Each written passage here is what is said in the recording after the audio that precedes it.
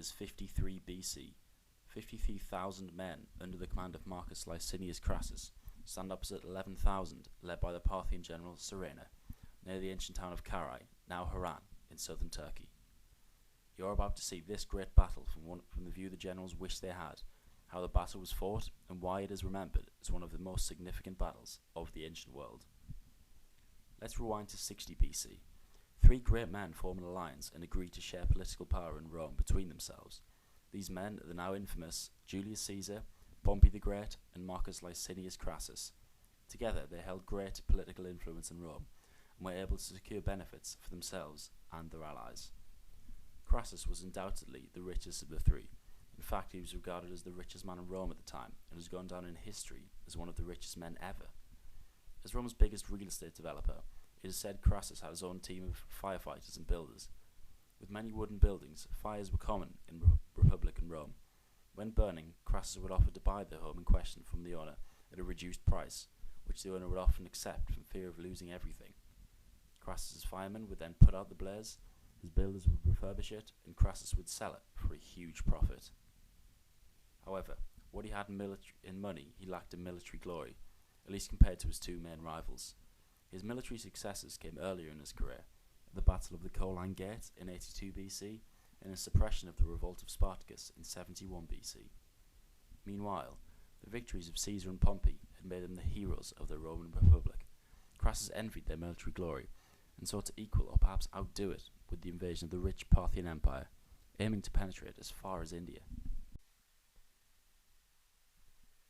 The three men, referred to as the First Triumvirate, sought control of provinces of the Republic. Caesar was given Gaul, which is modern France, Pompey was given Spain, and Crassus received Syria, the Roman province bordering the Parthian Empire. Despite many Romans arguing that Rome had no quarrel with Parthia, in fact they had a peace treaty, Crassus never hid his intention of invading Parthia. After arriving in his province of Syria in 54 BC, Crassus recruited 7 legions, each about 5,000 men, 4,000 light infantry, and 4,000 cavalry, led by his son Publius, thereby commanding an army of around 53,000 men. The impending invasion being no secret, ambassadors from the Parthian king Arsaces met with Crassus and informed him that he had the option to retreat peacefully without the need for war.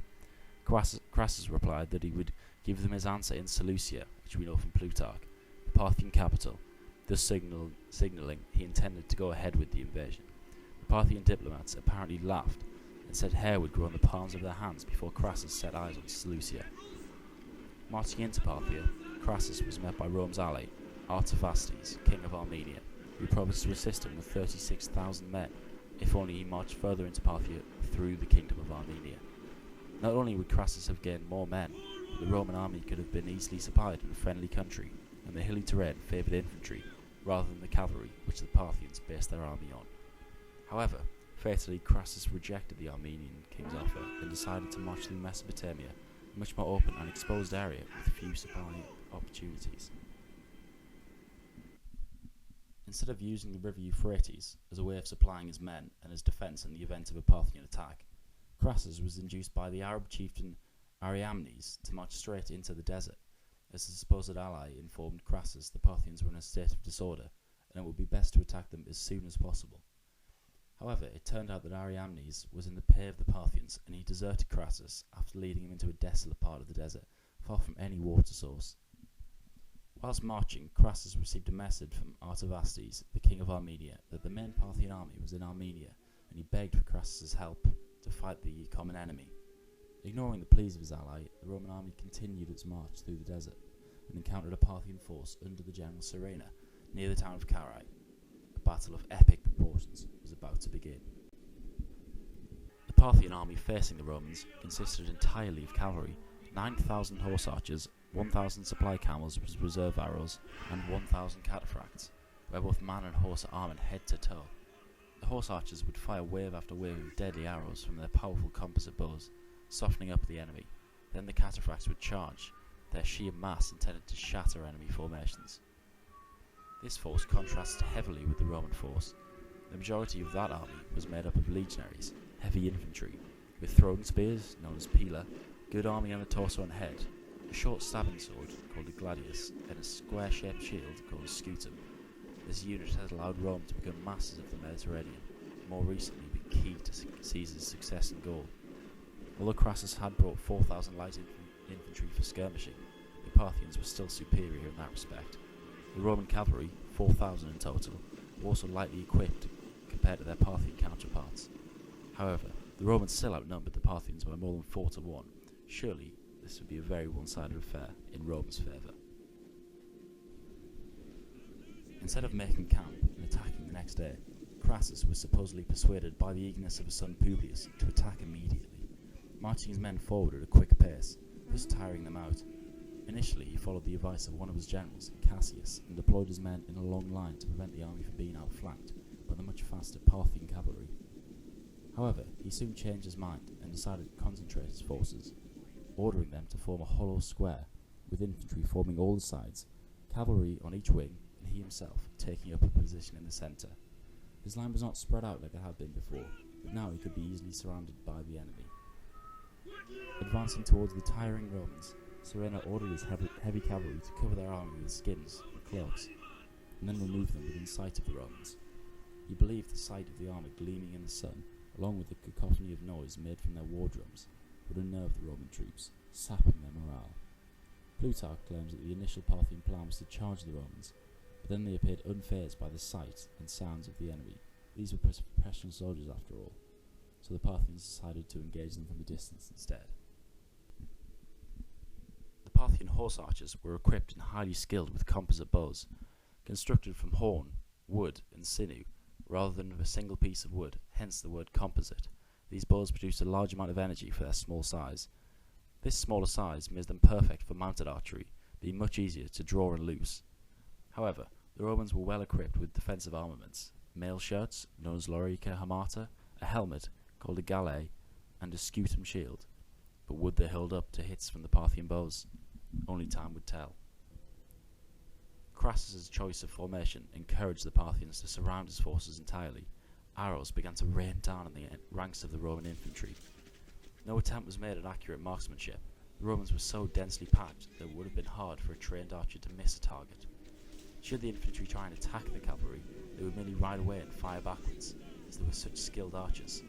This is thought of as the origin of the phrase Parthian shot, now becoming parting shot. The Romans were therefore stuck under heavy fire. All around them, their comrades would be struck with arrows. Apparently they pierced the wooden shields, pinning them to exposed arms. Bare legs would also be hit, incapacitating many soldiers. However, the arrows also pierced the armour of the Romans due to their huge power and short distance between the forces. Hundreds, turning into thousands, fell in the desert of Carrhae. The only hope for the Romans was that the Parthians would run out of ammunition and be forced to either retreat or engage in close combat, which the Romans would most likely win. However, the Romans realised the Parthians were being freshly supplied by the camels they had brought with all the spare arrows. Standing in the ranks must have been terrifying, seeing comrades fall, hearing the screams of the injured and dying, wondering if they would be next. Believing something had to be done quickly before his whole army was destroyed, Crassus ordered his son Publius to take 1,300 cavalry, 500 archers, and 8 cohorts of infantry and attack the Parthians. The Parthians rode away, giving the impression that they were scared and retreating. A small Roman force, believing they were victorious, chased them until they were far away from the main force under the elder Crassus. It was only then that the trap was sprung. The retreating Parthians wheeled around, and more emerged from various directions, including heavy cataphracts. The horse archers opened fire, raining death on the exposed Romans. Unable to run back or defend themselves from the arrows, the cavalry under Publius charged the enemy, coming to grips with the enemy heavy cavalry. Although brave, this move was ultimately in vain. The small spears of the Roman cavalry was largely effective against the heavily armoured Parthians, doing limited damage to man or beast. Publius and his men were overwhelmed and cut down. The Parthians then moved onto the light and heavy infantry Publius had brought. Attacked from a distance with arrows and then in close quarters, Roman forces were destroyed or captured, and Publius, who had apparently took his own life rather than be captured by the Parthians, was discovered. He was decapitated, and his head was stuck in a spear and presented to the main Roman force. The sight of the young commander's head paralysed the Romans with fear. They lost all hope of victory, and their thoughts turned to simple survival. Parthians resumed their attack relentlessly, both with arrows and with spears. The cataphracts charged, thundering towards their lines. The Romans could see a solid mass of steel advancing menacingly towards them.